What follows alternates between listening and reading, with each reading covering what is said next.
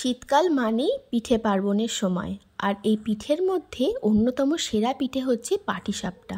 পাটিসাপটা খেতে কিন্তু প্রায় সকলেই পছন্দ করে, আর আমার বাড়িতে সবাই ভীষণ ভালোবাসে পাটিসাপটা খেতে। তো আজকে আমি বানিয়েছিলাম ক্ষীরের পাটিসাপটা। নারকেলের পাটিসাপটা খেলে তো অনেকেরই গ্যাস অম্বল হয়, সেক্ষেত্রে এই ক্ষীরের পাটিসাপটাটা বানিয়ে দেখতে পারো।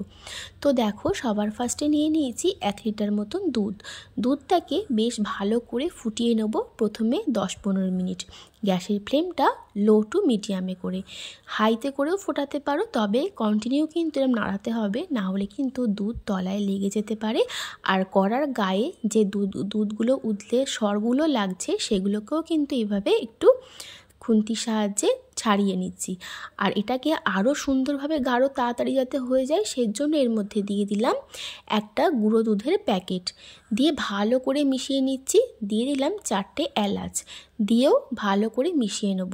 তো দেখো, এই ক্ষীরটা বানাতে কিন্তু আমার প্রায় 45 মিনিটের ওপর সময় লেগেছে।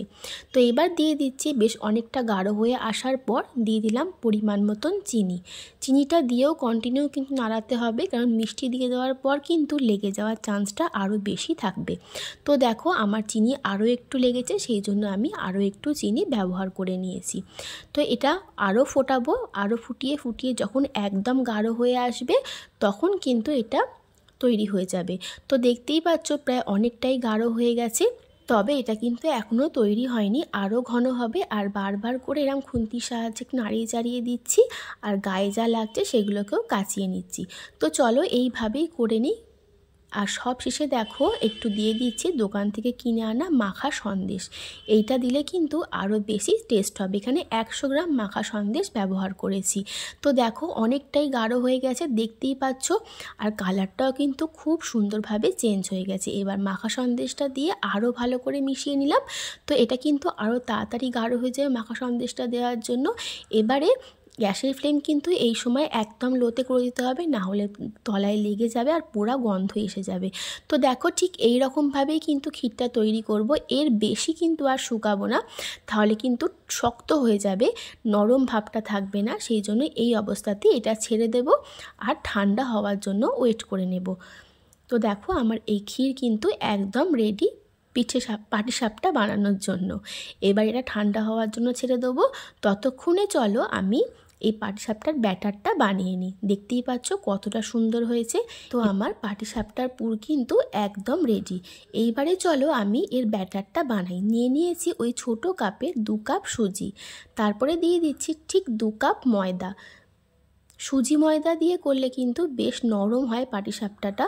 আর দিয়ে দিলাম 1/2 কাপ চালের গুঁড়োটা যেহেতু পরিমাণে কম, সেই জন্য ছোটো একটা ছাঁকনির মধ্যে নিয়ে ছেঁকে নিলাম। অবশ্যই কিন্তু ছেঁকেই ব্যবহার করবে, না হলে কিন্তু চালের গুঁড়োতে অনেক রকম নোংরা থাকে, সেগুলো মুখে পড়বে, পরবর্তীতে ভালো লাগবে না।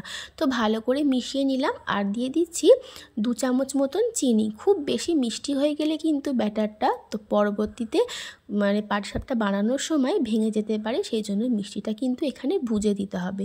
তো এবার অল্প অল্প করে দুধ দিয়ে একটা সুন্দর ব্যাটার বানিয়ে নিতে হবে। তো চলো দেখিয়ে দিই কিরম ব্যাটার বানাবো। আর অবশ্যই এখানে সামান্য নুন কিন্তু ব্যবহার করেছি, একেবারে সব দুধটা দেব না, অল্প অল্প করে দুধ দিয়ে বানাবো। আমার ওই বাটিটা ছোট হয়ে গিয়েছিল বলে আমি আরও একটা বড় বাটিতে নিয়ে ভালোভাবে গুলে নিচ্ছি। তো এইভাবে গুলে নেব যাতে ভেতরে কোনো দলা না থাকে, তার জন্য। তো ভালো করে মিশিয়ে নিচ্ছি। আর এটা রেস্টে রেখে দিতে হবে 15 মিনিট, কারণ সুজিটা ফুলবে, তার জন্য। সুজিটা ফুলে গেলে কিন্তু 15 মিনিট পর এটা আরও ঘন হয়ে যাবে। তো দেখো, আমার এইখানে পাটিসাপটার পুরটা যেটা বানিয়ে রেখেছিলাম ওটা ঠান্ডা হয়ে গেছে। এবার হাতে সামান্য ঘি লাগিয়ে নিলাম, যাতে হাতে কোনো রকমভাবে লেগে না যায়, তার জন্য। আর দেখো, ঠান্ডা হওয়ার পরে কিন্তু এটা খুব সুন্দরভাবে নরমও রয়েছে, শক্ত হয়ে যায়নি। তো এইভাবে আমি পুরটা বানিয়ে রাখবো, তাহলে কিন্তু পরবর্তীতে পাটিসাপটা বানানোর সময় সুবিধা হবে। সেই জন্য আমি এইভাবে এইগুলো করে রাখছি। তোমরা চাইলে এটা নাও করতে পারো, পরে যখন করবে সেই সময় চামচের সাহায্যও দিতে পারো, তবে এইভাবে বানিয়ে রাখলে বানাতে সুবিধা হয়। তো দেখো, এইভাবে সবকটা বানিয়ে নিয়েছি।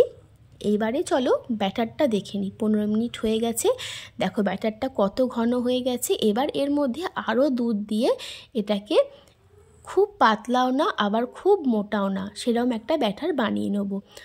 তো আমি তোমাদের পরে দেখিয়ে দিচ্ছি ব্যাটারের থিকনেসটা কীরকম হবে। তো দেখো অনেকটাই কিন্তু পাতলা হয়ে গেছে, এখানে আর হাফ কাপ মতন দুধ ব্যবহার করব। এখনও কিন্তু বেশ মোটাই লাগছে ব্যাটারটা। তো দেখো এই যে আরও হাফ কাপ দুধ ব্যবহার করে ঠিক এই রকম একটা ব্যাটার বানিয়ে নিয়েছি। তাহলে আমার পাটিসাপটার পুরো ওদিকে রেডি, আর এদিকে পাটিসাপটা বানানোর ব্যাটারটাও রেডি। এইবারে চলো গ্যাসের ওপর একটা তাওয়া বসিয়ে দিয়েছি, সামান্য একটু অয়েল ব্রাশ করে দিলাম, দিয়ে এবার এখানে 1 হাতা অয়েল ভালোভাবে গরম হয়ে যাওয়ার পর কিন্তু অয়েল ব্রাশটা করতে হবে। আর যখনই আমি এই ব্যাটারটা দেব ততবারই কিন্তু ঠিক এই রকম করে ব্যাটারটাকে গুলিয়ে নিতে হবে। এবার দেখো আমার এদিকে তাওয়াও গরম, তেলও গরম হয়ে গেছে। এবার 1 হাতা ব্যাটার আমি এর ওপরে দিয়ে দিলাম আর হালকা হাতে একটু ছড়িয়ে দেব। জাস্ট প্যানটা নাড়ালেই কিন্তু এটা ছড়িয়ে যাবে। তো উপরটা যখন একটু হয়ে আসবে তখন এর মধ্যে ওই পুরটা দেব, ঢাকা দিয়ে দেবো 2 মিনিটের জন্য। গ্যাসের ফ্লেম কিন্তু আমার লো টু মিডিয়ামে আছে। তো দেখো ওপরটা হয়ে গেছে, কোনো রকম কাঁচা ভাব নেই, হাতে লাগছে না। এই সময় আমি ওই ক্ষীরটা দিয়ে দেব। তো দেখো ক্ষীরটা দিয়ে দিচ্ছি। এইবারে হালকা হাতে এটা রোল করে নেব। তো খুন্তির সাহায্যে এবার ভালো করে রোল করে নেব। রোল করে নেওয়ার পর গ্যাসের ফ্লেমটা একটু হাইতে করে ভালো করে একটু এপিট ওপিট সেঁকে নেব।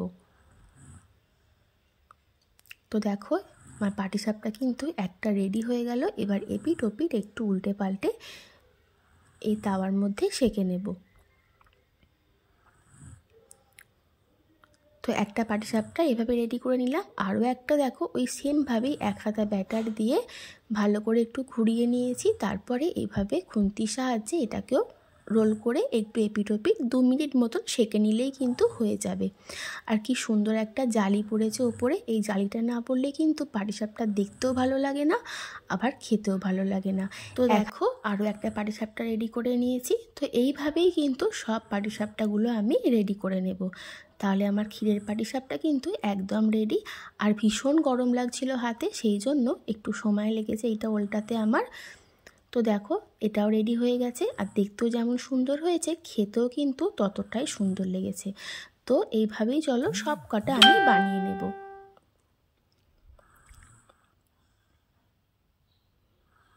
তো দেখো এই যে পাটিসাপটা তুলে নিয়েছি। তো চলো এই সেমভাবে আর বানিয়ে নিই, আর তোমাদের সাথে কয়েকটা শেয়ার করি। তো এটাও দিয়ে দিলাম, আবারও এই হালকা হাতে এটাকে উল্টে পাল্টে একটু 2 মিনিট সেঁকে নেবো দুটো পিঠ।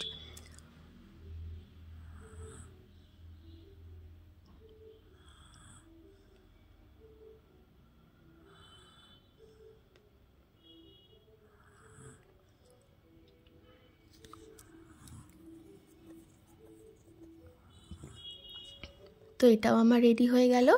এরম করে কিন্তু প্রায় অনেকগুলোই আমি বানিয়ে নিয়েছি। এই যে দেখো এরমভাবে সবকটা পাটিসাপটা বানিয়ে নিই, তারপরে সব শেষে তোমাদেরকে দেখাচ্ছি।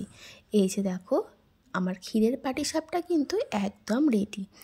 রেসিপিটা ভালো লাগলে তোমরা বাড়িতে বানিয়ে দেখো, আর আমাকে কমেন্ট করে জানিও তোমাদের আমার আজকের রেসিপি কেমন লেগেছে।